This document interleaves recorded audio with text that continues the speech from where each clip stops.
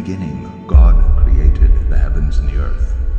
The earth was without form and void, and darkness was over the face of the deep. And the Spirit of God was hovering over the face of the waters. And God said, "Let there be light."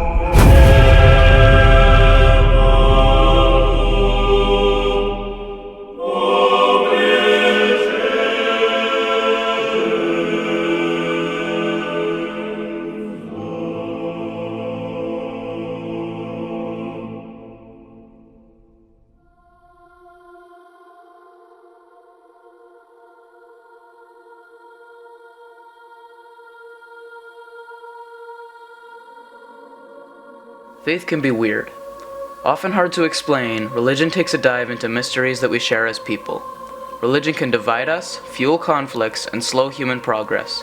But regardless, we continue to use religion to seek answers for collective questions. Where did we come from? Where are we going? Is there something waiting for us after we shuffle off this mortal coil? The origin of man, one of the most commonly debated topics, often one of the leading arguments in the age-old science versus religion debate, has been explained in thousands of ways by different faiths. Let me start with a story that most of us are familiar with. In the beginning, God created the heavens and the earth. Now the earth was formless and empty, darkness was over the surface of the deep, and the Spirit of God was hovering over the waters. And right there, in the first line, we have already reached a divide between billions of people around the world. I am making it my goal to investigate this divide.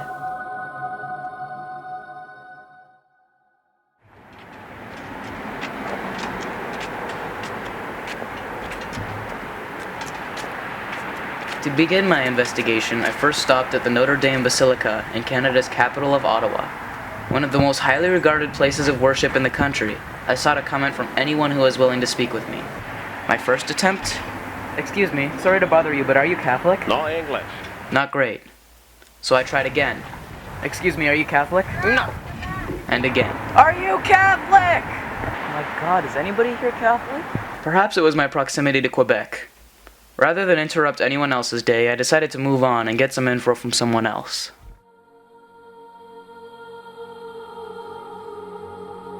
It's no secret that the Catholic Bible contains a creation story. While 100 years ago, most Catholics would have touted this story as fact, we know today that it is simply not historically true. There has been debate over whether or not creationism should be taught in schools, as though it were historical fact. But a large part of the international and Christian community has swiftly rejected this idea, as can be seen with this Catholic minister talking about creationism in schools.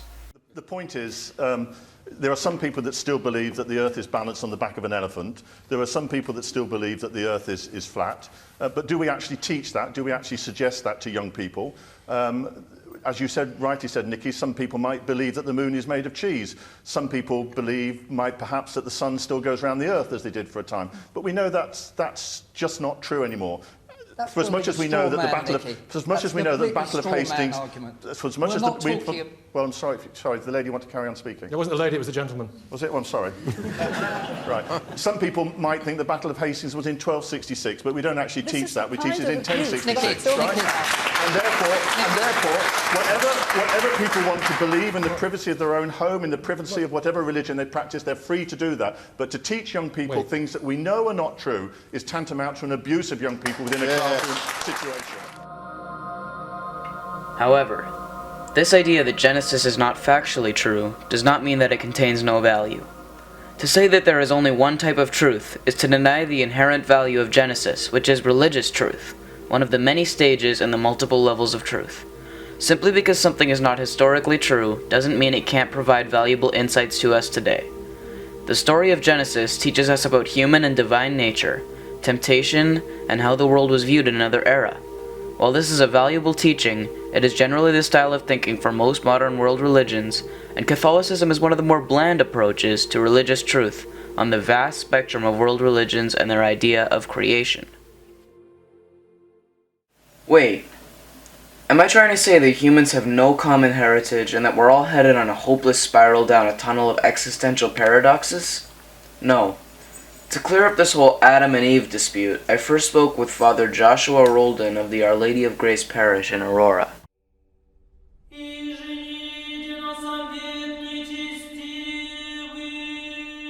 My name is Father Joshua Roldan. I am the associate pastor here at Our Lady of Grace Parish, and I've been a priest for 2 years.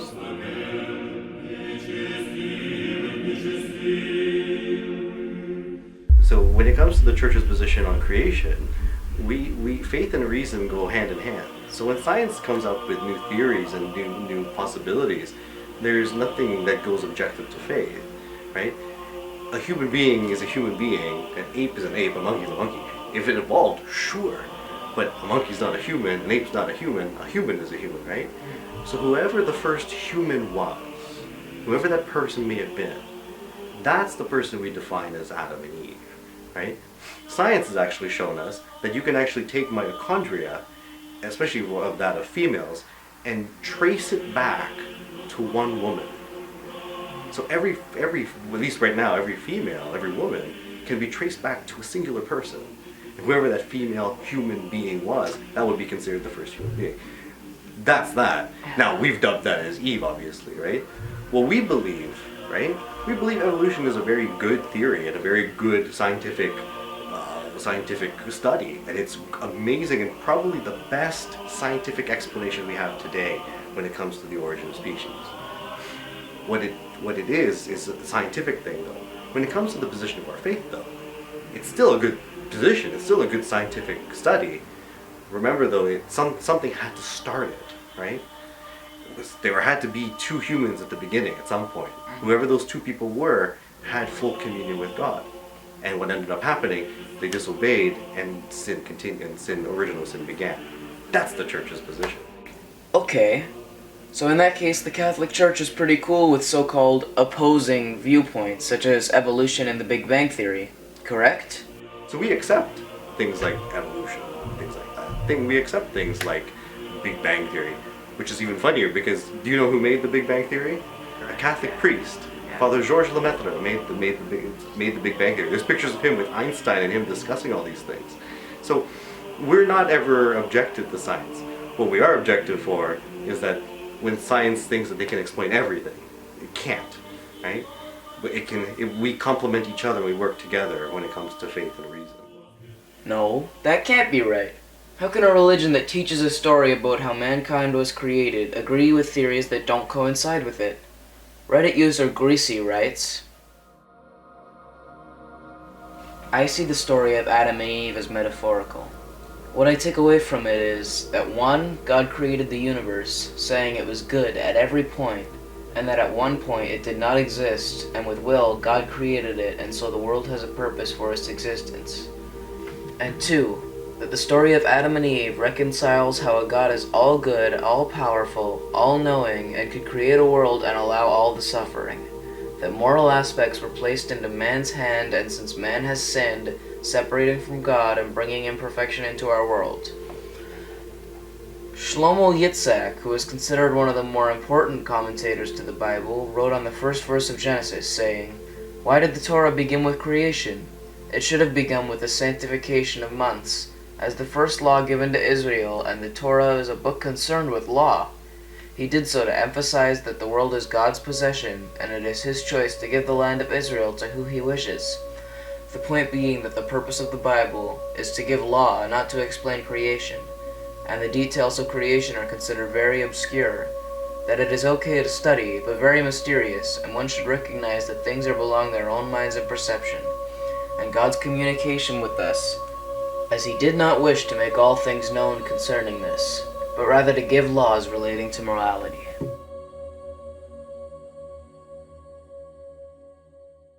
So, Judaism and Catholicism are very similar in their views. I think when it comes to maybe Judaism and us, it's very similar. I think they accept the idea that there is both faith and reason can go hand in hand. Mm-hmm. I would even say the Muslim philosophers like Avicenna and Averroes, I'm sure they would come up with the same kind of reasonable deduction as well. But I think all three of them, at least these three major monotheistic religions, would heavily believe that someone had started it, mm-hmm. right? Someone that possessed all that it means to be, right? The Jews would name that the person who says, I am, God. Mm-hmm. All three would say God was the one who started the process and continues to be involved in it, mm-hmm. right? what the other position, I'm not sure. I can't speak for Hinduism. Yeah. I can't speak for Buddhism or anything. But I think we all agree that reason and faith can go hand in hand. I love to go to church. I love gospel music. I enjoy it so much. I like to go to mass because I appreciate what others appreciate. Yeah. Whether I do it on a daily basis or whether, but it doesn't define me. Religion does not define me. Yeah. So it doesn't, my religion doesn't stop any of my daily routines. What I love about my religion is the family aspect and being together and sharing some tradition. Building memories. That's really what it is. Making memories. Family, like, so I guess religion is, my family is my religion. Yeah. But I'm proud to be Jewish. We're also a mixed marriage. And because we're a mixed marriage, our kids love everybody and anybody and would celebrate any holiday.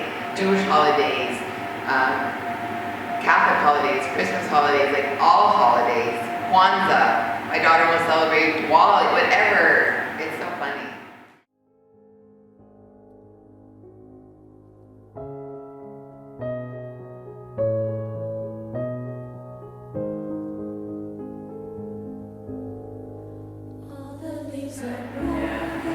Because my grandmother was a Holocaust survivor, we grew up very respectful of the religion, and we followed the religion more on a high holidays basis where we got together and enjoyed being together and what the holiday represented, but we didn't follow it on a daily basis. Like, it didn't affect our daily lives.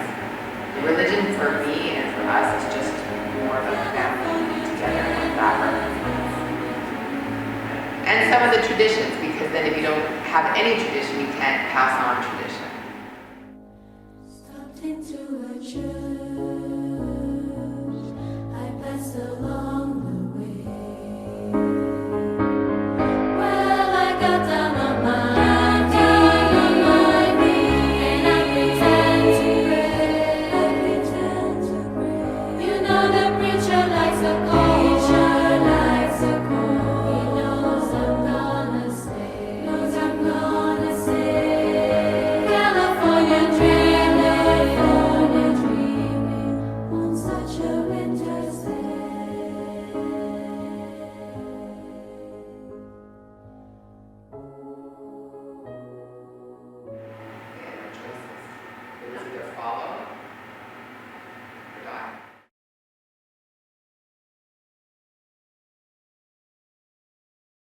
My next step in my investigation was to get the opinion of somebody who can tie it all together. A Buddhist. Now, Buddhists are known for their meditation ability and their view that the world is about a mirage. To find out more about this, I first talked to Reddit user Krodha. He said, "In most types of Buddhism, the universe ultimately has no origin because it is considered to be a misconception. The universe only appears to be real from the standpoint of our delusion, much like water and flora in a mirage that can appear to be real if we are ignorant about the nature of those appearances." So for Buddhism, inquiring into the origin of the universe would be akin to inquiring to the origin of the foliage in the mirage. Once the mirage is recognized for what it is, then all questions of origin of the plants and trees immediately become nonsensical. So surely this no-beginning stance would contradict with how other religions see creation, and lead Buddhists to view other religions' views on creation as incorrect, right? To learn more about this, I spoke with Jiu Wen, a Buddhist monk from China. 他想问是您对于其他宗教关于世界起源的那种观点，你有什么样的态度和看法？比如说，像基督教他们认为是，就好像这个水一样，你从这个角度看，会看这个字。我从这里的话，如果有可能看这个字，看就是说这个层次或者角度不一样。比如说，有的人他喜欢，就是说那个书法，有的人有可能喜欢那个弹琴啊。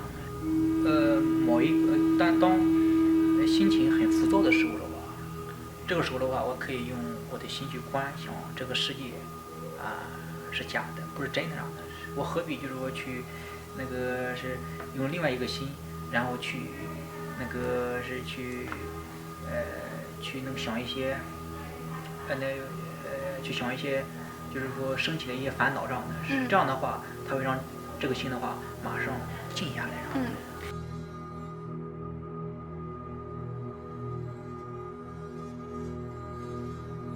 里面有一条经叫《解深密经》，里面它有这样一句话：阿托那时深深信，一切种子如暴流。那个什么意思啊？就讲的这个人，这个人的话，他第八识阿赖耶识的话，他是外面的一种显现的话，是因为自己的一种种子然后那个是里面的心识引起外面这个那个是一些那个假法，然后凑合而成形成的这个人这个色界里面的一个世界上的，但是这种的话在佛教里被称为是假的，就是用佛的就是这种智慧来讲是假的。I know I'm created, and I think that's what we whenever we are, for us as people, at least with Christians, as long as we acknowledge that we are the creation, not the creator, we know that we are dependent on God. We know all of these things. But for me, it's just I don't let it affect me. When I think about evolution here and there, no, I know I'm a created being. I know I move on. I know I live my life. I know I get hungry. I know I need sleep when I'm tired. Right? It's just part of who we are by nature.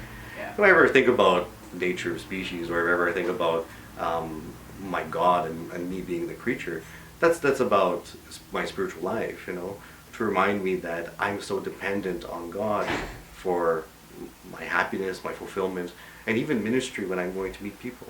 So it's all God that I'm being a part of.